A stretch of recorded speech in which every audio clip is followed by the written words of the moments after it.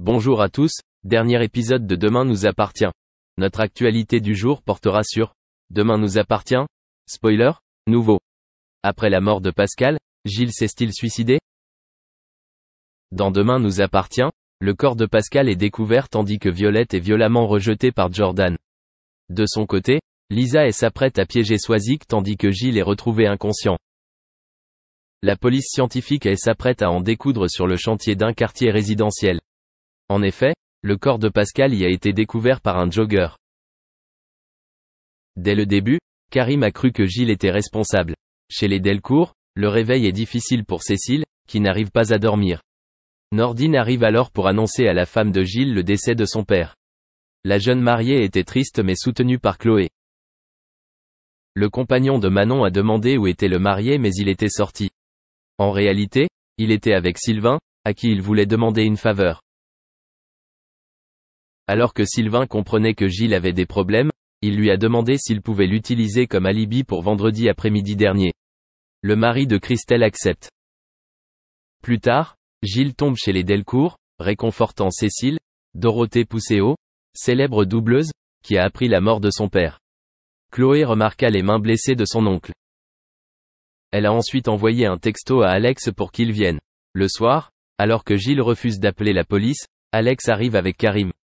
Très vite, la voix retentit et le frère de Marianne Sen prend au policier. Au moins, l'ex d'Anna l'a prise dans la foulée. Plus tard, alors que Karim voulait interroger l'oncle de Chloé, il le trouva immobile dans sa cellule. Lorsqu'il arrive à l'hôpital sur une civière, Marianne s'inquiète et dit « On est sur le point de le perdre. » Ce qui s'est passé? Merci d'avoir regardé et à la prochaine vidéo. N'oubliez pas de vous abonner à notre chaîne. En attendant, dites-nous ce que vous en pensez dans la section commentaires ci-dessous. C'est ça.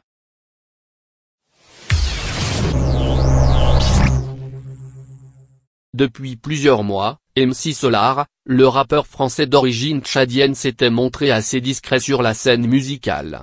D'ailleurs, l'auteur-compositeur et interprète était plongé au centre d'une bataille sans merci avec son label de musique. Après de longues négociations, les deux parties semblent pourtant avoir enfin trouvé un accord qui permet aujourd'hui la réédition des 3 premiers albums du chanteur. Une victoire que l'interprète de Bouge de la savoure à sa juste mesure.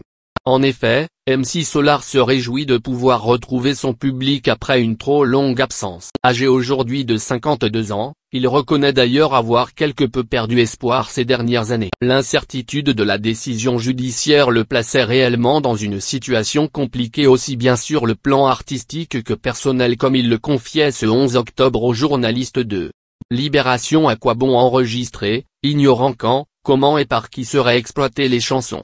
Avant de rajouter, la démotivation s'est installée et j'en étais même à me poser la question de retourner à la fac. Depuis la sortie de son dernier album Géopoétique en 2017, MC Solar n'était effectivement plus apparu sur le devant de la scène. De toute évidence, MC Solar est donc très impatient de retrouver ses fans après une longue période de retrait et de doute. Des années durant lesquelles il a envisagé toutes les possibilités, mais qui lui ont également permis de se focaliser sur sa vie sentimentale et familiale. En effet, depuis 2017, le célèbre rappeur est divorcé de son ancienne épouse. Pour rappel, MC Solar a effectivement été durant plusieurs années en couple avec Chloé Bensemoun, l'une des héritières de la famille Partouche. En 2003, les Tourtereaux s'étaient dit oui lors d'un magnifique mariage célébré dans un premier temps à la mairie de Chantilly avant une fête magistrale. De cette union entre MC Solar et la fille des célèbres Casino Partouche naîtront d'ailleurs 2 magnifiques enfants, un fils prénommé Roman et une fille Bonnie. Un prénom qui rappelle d'ailleurs l'un des grands